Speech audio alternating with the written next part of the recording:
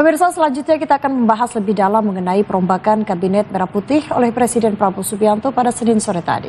Bersama Ujang Komarudin selaku pengamat politik. Selamat petang. Assalamualaikum, Kang Ujang.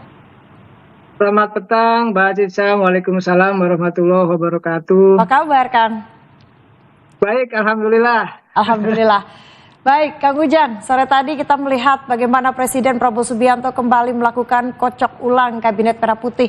Bagaimana Kang Ujang melihat ini? Apakah seberapa besar urgensi dan timing reshuffle Kabinet Merah Putih tadi sore? Apa lebih didorong karena faktor kinerja, evaluasi kinerja, atau mungkin ada pertimbangan politik di dalamnya? Ya, saya melihatnya dua kombinasi ya. Kombinasi antara soal kinerja dan juga soal politik. Itu tidak lepas ya dalam setiap reshuffle. Karena bagaimanapun ya tentu pertimbangan objektif dan subjektif itu pasti akan terjadi. Tetapi memang itu hak prerogatif presiden. Jadi siapapun yang diganti, siapapun yang digeser gitu. Posisi apapun itu adalah ya 100% kewenangan dari Bapak Presiden. Dan tentu presiden tahu persis siapa yang menempati gitu ya, atau duduk di posisi-posisi yang sudah dilantik tersebut. Ya tentu saya melihatnya pertimbangan-pertimbangan tadi itu yang mix ya, antara pertimbangan kinerja dan politik itu pasti akan terjadi ya dalam setiap reshuffle, dalam setiap katakanlah pemerintahan ketika mengganti kabinetnya. Oleh karena itu saya melihat hal yang wajar-wajar saja, hal-hal yang biasa-biasa saja kalau ada dua pertimbangan itu, baik pertimbangan kinerja maupun politis atau pertimbangan subjektif maupun objektif seperti itu. Baik, ini yang menjadi sorotan adalah nama baru Pak Jumhur Hidayat, yang kita tahu beliau merupakan aktivis bidang buruh, namun saat ini menggantikan Faisal Nurrofik sebagai Menteri Lingkungan Hidup. Bagaimana Kang Ujang membaca ini, seorang aktivis buruh namun diberikan posisi di Kementerian Lingkungan Hidup? Ya, tadi saya juga bertemu dengan teman-teman dekan ya di kampus saya, di kampus Universitas Al Azhar Indonesia, berdiskusi tentang sekelumit perombakan kabinet tadi sore ya gitu. Ya memang teman-teman gitu ya salah satu dekan gitu mengatakan bahwa kenapa Pak Jumhur gitu dilantik sebagai Menteri Lingkungan Hidup gitu, karena katakanlah sejarahnya atau historisnya adalah aktivis gitu ya, yang tentu punya nama besar di situ gitu. Tapi sekali lagi itu hak presiden. Yang kedua tentu saya melihat dan memahami mungkin saja dalam konteks jabatan itu, karena jabatan politis kan bisa diisi oleh siapapun, bisa dijabat oleh siapapun. Walaupun memang dalam konteks tersebut ya, kalau kita lihat kepakaran gitu, kalau kita lihat keahlian, kalau kita lihat misalkan expertise gitu ya, ekspersitas gitu ataupun keahlian, tentu mungkin dianggap kurang pas, kurang cocok. Tetapi kita beri kesempatan, kita beri dukungan ya agar berkinerja bagus, sehingga nanti ketika sudah diberi kesempatan oleh kita semua, oleh rakyat Indonesia gitu, karena sudah dilantik oleh Bapak Presiden, maka akan kita nilai kinerjanya, akan kita nilai, akan kita ukur gitu bersama, apakah nanti mampu atau tidak, bagus atau tidak. Nah, rakyat berhak di situ untuk mengkritik, karena soal siapa namanya, posisi apa gitu ya, yang diangkat itu tentu kewenangan dari Bapak Presiden. Tentu Presiden punya pertimbangan khusus ya, punya pertimbangan tertentu dalam konteks untuk mengangkat siapapun menjadi pembantunya. Nah, tadi memang publik, masyarakat mempertanyakan keahliannya, katakanlah ya di bidang perburuhan atau aktivis di bidang perburuhan tapi jadi Menteri Lingkungan Hidup. Mungkin juga Pak Presiden punya tugas tersendiri ya kepada Pak Jumhur untuk bisa menata banyak hal. Ya, saya dulu ketika saya ada di pemerintahan 1 tahun yang lalu gitu, Kementerian Lingkungan Hidup itu memang sekarang diberi tugas itu untuk membersih sampah-sampah gitu yang terjadi di Indonesia. Ya mungkin salah satu tugasnya tadi sudah di-spill juga ya dalam salah satu pernyataannya Pak Jumhur untuk membenahi persoalan sampah.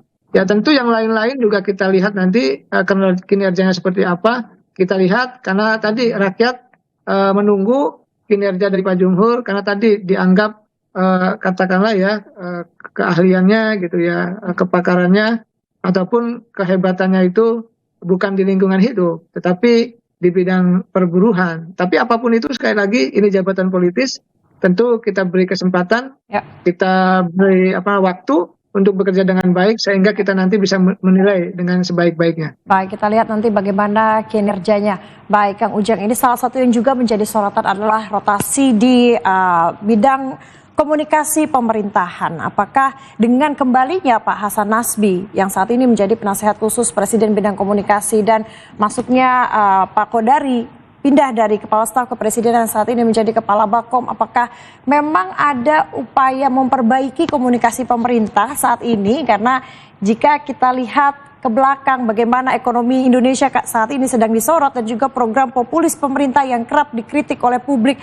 Apakah memang dengan perombakan di bidang komunikasi ini, apakah ini upaya Presiden Prabowo Subianto untuk membenahi komunikasi pemerintah saat ini, Kang Ujang?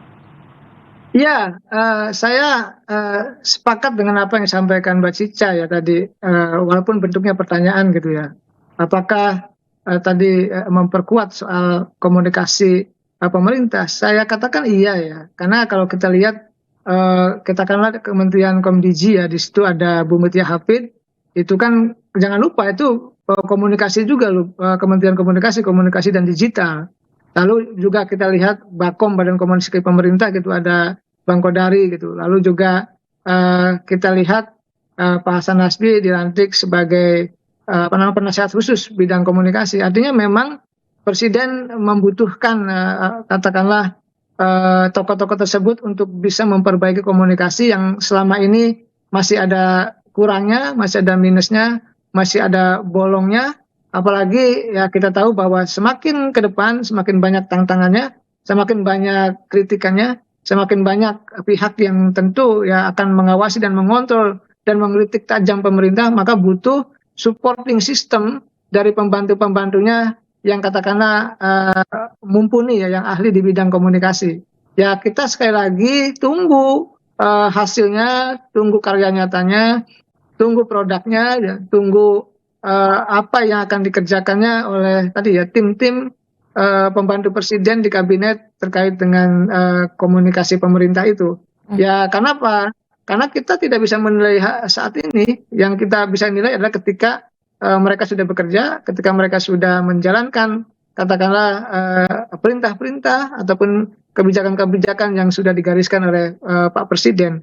Oleh karena itu saya ingin mengatakan gitu ya, bayangkan ada 3 posisi ya yang terkait di kabinet itu untuk mensupport komunikasi pemerintah. Saya sebutkan 3 tadi. Nah, tentu punya tugas masing-masing gitu, punya katakanlah fungsi dan peran masing-masing.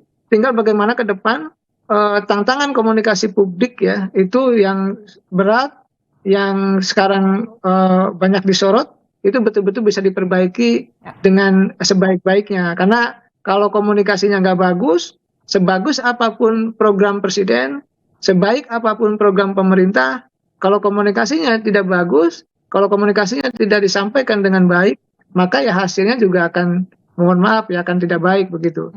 Kang Ujang, pertanyaan terakhir, sejak dilantik 20 Oktober 2024, artinya sudah 1,5 tahun Kabinet Merah Putih ini berjalan. Sudah ada 5 kali reshuffle kabinet. Apakah ini tandanya memang Pak Prabowo ini selalu mengevaluasi kinerjanya, mau evaluasi besar-besaran di tubuh pemerintah atau seperti apa? Apakah akan ada reshuffle lagi nih Kang Ujang?